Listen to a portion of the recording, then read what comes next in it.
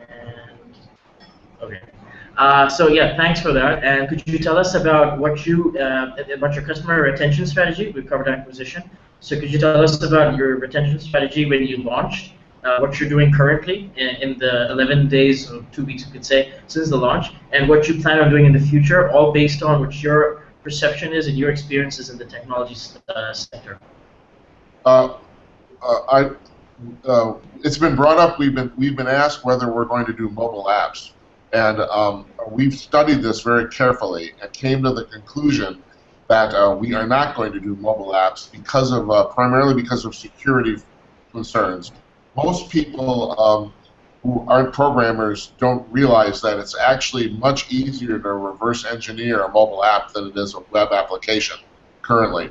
And for that reason, we've decided we're not going to do it. We do have a web-based, a browser-based mobile interface for the Netropolitan Club, and it works quite well. We're very happy with it. But for the security concerns, we decided we're not going to we're not going to develop mobile apps for the service. Now, you and I were talking earlier, Robert, before we went on the air about it. I think you asked me what my thought was about the whole app biosphere in general, and I know this sounds kind of weird, but my prediction is, and people are going to laugh at this, but I'm sticking with my story, and that is, I actually think apps are essentially a long-term fad. I expect 20 years from now they won't exist. I think what's happening with apps is the same thing that happened with the early internet, and that is, and the example I use is, for programmers is Visual Basic, which was a poo-pooed programming language 20 years ago because it ran through an interpreter. But the problem with running through the interpreter at that time was that computers were not very powerful. And I think the same things happen with the app exosphere right now. Apps run better on mobile phones than browser-based material does because the apps are native, they're native coded, and also because of poor web connections. But if you eliminate both of those things, and both of them will eventually go away, there's no doubt about it. Phones are going to get more powerful, and mobile browsers are going to get better, and internet connections worldwide are going to get better. When you eliminate those differences, there's no reason you wouldn't want to go back to the web, especially considering the fact that apps are essentially all walled gardens, in the sense it's very difficult to link to something outside of an app, and also it's very difficult to search among multiple apps too. And so basically, you're back to the web where you start. It's a big giant circle. And so I actually, like I was telling you earlier, when they do that TV sitcom 20 years from now about the 2010s, I think the app thing will end up being a running gag. I think people have, oh, look at them, the stupid people. That's what I personally think. So I'm sure app developers don't want to hear that sort of stuff, but whatever. That's just my opinion. That is, again, I mentioned this again off the record, since we talked about how we'd spoken off the record. It's not so much of a controversial opinion. It's about that there's a lot of people whose livelihoods depend on the farce that is app applications, and the idea that everyone should have an app, and that joke that does that problem have an app for it? So because there's so many people who want to be able to put on their resume, because most people are employees, they want to be able to put on their resume that I launched an application for this brand. Right. And that's a bragging right. It's like the way a million likes is a bragging right, or having a certain amount of Twitter followers is a bragging right. Having an app launched, regardless of whether there's any logic behind it at all, is a bragging right. So that's definitely something that people who, even if they agree with you, they're going to disagree with you with you in public, but they'll probably agree with you in private. That there is no point for most of the time for application, especially if it's very transaction-oriented, as opposed to building a community or having peer-to-peer interactions. So, for example, an application for Airbnb makes sense, but not so much for, Arby's, for example. Unless Arby's is doing something in the community that helps improve the community, there's no real point behind it. But again, I've hardly eaten there, so I couldn't really give a fair estimation on that. But that's just, If I'm right, doesn't even Velveeta cheese have an app? I don't think cheese needs an app. I don't think that's going to help. That helps anybody. Cheese does not need an app. Like the BMI thing. Here's an Arby's app. Find out which level. Let's find out which level of diabetes you've hit today. Oh, achievement unlocked. Diabetes level 2. Good for you. It's hilarious, actually. It's like the So Arby's could link up with all the insurance providers and all the hospitals, and then say you're about to have a heart attack because we can track your heart rate. You're about to have the stroke whatnot, and gastric bypasses are like half off these days. So liposuction, gastric bypass, that other thing, I'm not sure what they're called, but they basically make you look thin by the end of it. They're half off. And if you're an Arby's customer and you can show the card, you go to the hospital and be like, they made me like this, so I'm sort of creating a customer for you, hospitals, your hospitals. So that makes sense, but otherwise it really doesn't make sense if it's a oriented relationship. The few companies that have done this well have been, for example, Red Bull, that doesn't sell its product at all. The application just brings together hardcore bikers or hardcore extreme sports enthusiasts, but that's about it. And then there's things like it's you bring that up. There are few marketers better than Red Bull. Those people have done amazing things because you're right. They basically don't sell their product. They basically create communities and events around it. It's been really successful for them. It's worked. So yeah, it's a great example. Yeah, so we're just going to go to the last two questions since we've covered your expertise in this area, and we've validated the fact that your business and your expertise is brilliant. Thank you. I said thank you. It's very kind. A lot of people think I'm nuts, so it's nice to hear. No. It's a huge. I mean, you can't imagine if I just if I could talk a bit off the topic again. You can't imagine how inspirational it is for people that someone like you could succeed in a space like this. Because, for example, when Ashton Kutcher, I mean, I'm not so impressed by his acting skills, but he could be a great person. I'm not so impressed with his acting skills. I heard he's a great guy. That's what I heard. Yeah. I don't know him personally. I like to distinguish between people's who they are and who they are professionally and who they are when you meet them, because I've seen a very big distinction between the three in my personal experience of less than 30 years.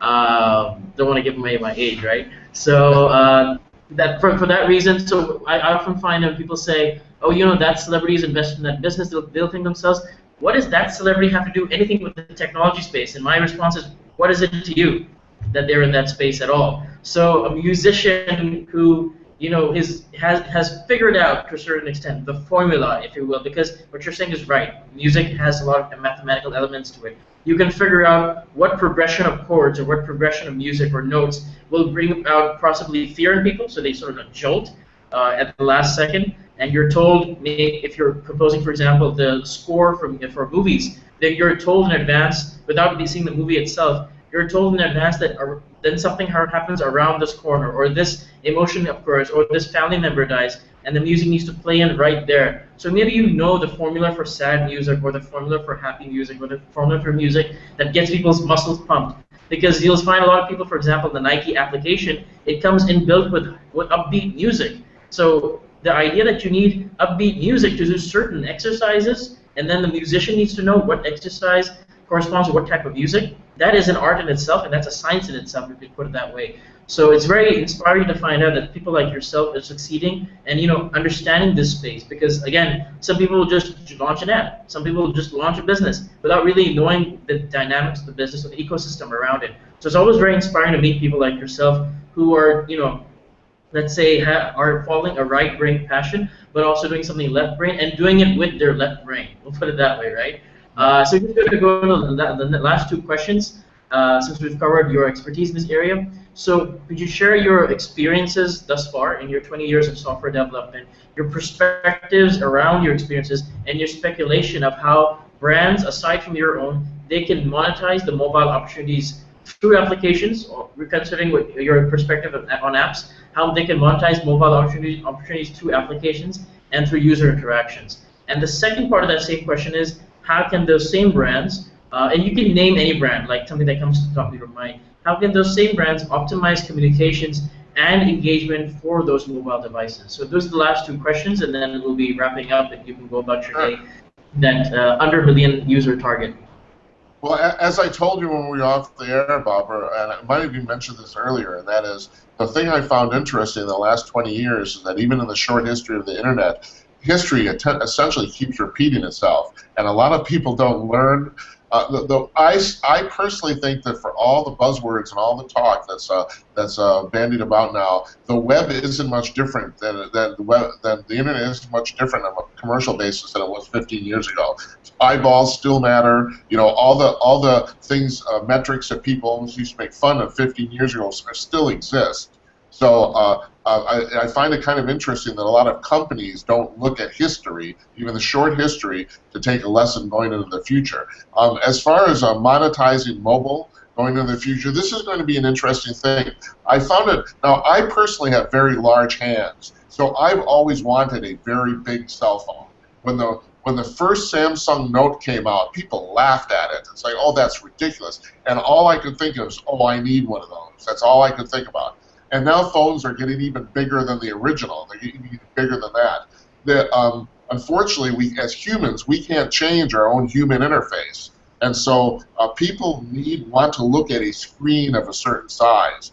And it's going to be interesting here because there's no doubt that commerce especially is going to move to the mobile space, maybe even primarily. And maybe even the entire internet will. Maybe that will happen. But that said, people still like looking at stuff on a big screen. It's the same reason people buy giant televisions for their homes. So I actually think at some point there's going to be, I don't want to call it a backlash, but at some point in the next 5 or 10 years, I actually expect desktop web browsing to become extremely popular again, just because of the size of the interface, for no other reason. And I also see the phones are going to get as big as possible, just for that very reason, because of the screen space involved. People do not want to look at tiny little postage stamps. So I don't know if that really entirely answered your question, but if you're asking me what the trend is going to be going into and even e-commerce in the future, that's what I think the larger phones are here to stay, and I actually think the desktop web is going to make a comeback. I really do. It's very interesting that you bring that up because again, I've learned in the pre-interview that you have software development background, which is always refreshing. It gives validation to a certain extent behind the person who has the idea or the venture. In the Middle East right now, if you had asked someone 10 years ago in the Middle East, and sorry, if you had told someone 10 years ago in the Middle East that my child, my son or daughter, is taking a degree in anthropology, they would have laughed at them and told them that do whatever you have to, spank them, beat them, intimidate them, but don't make them go into anthropology. There's no business, there's no money there. First of all, no one will take you seriously, and your family name will get affected. But what's happening right now is a lot of mobile app, social app-oriented businesses right now that intend to have their applications on obviously the devices, various types of devices, even tablets. They're hiring anthropologists right now to understand how big the eyes would be of their prospective user, how big the hand would be of the prospective user, how big heat or across generations, how people perceive things. Various aspects of even ear size makes a big difference on how music is heard. So headphones are even created in certain ways. So what's called Internet of Things, that era is relying a huge amount on anthropologists because product design, industrial design is being affected by your size of your hands, as you mentioned. So people who were working on iPhones before, who have gigantic hands, when they would try to swipe a screen, they couldn't, their fingers couldn't distinguish between the yes and no button. So somewhere in the middle, and then put them in error. You press both buttons at the same time. The guy's like, what am I supposed to do? Pick up a pencil and then poke it like in BlackBerry? What you're bringing up is a very valid point. This is a trend that's definitely affecting the world, and the largeness of the screen is a really weird trend, the weird direction the mobile devices have gone into, where people thought that we would be able to tell, or we would have bragging rights to say that, see this little thing over here, I can talk with it, I can text with it, I can do whatever. But that'll probably be where Google's Glass comes in, where you can again, the eyeballs will probably get affected. But Google Glass is supposed to sort of solve that problem where instead of having a gigantic device with you, you're talking to it and it can pick up on your words. I use a Samsung as well, so when I speak to it and I tell them I want to search this, it actually does get it right more often than not. I've got a bit of an Arabian accent, so maybe it gets it wrong once in a while, but otherwise it does get it right, I would say about 80% of the time.